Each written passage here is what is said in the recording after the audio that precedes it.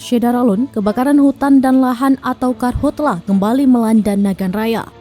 Area terbakar di Desa Pulau Kecamatan Daru Makmur hingga Kamis 26 Mei 2022 sudah seluas 7 hektar.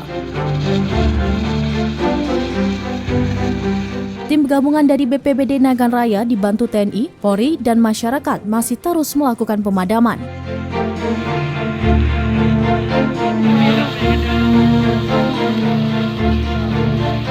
Namun akses ke lokasi yang jauh sehingga hanya dapat dipadamkan dengan mesin pompa air dengan menarik selang jauh dari sumber air.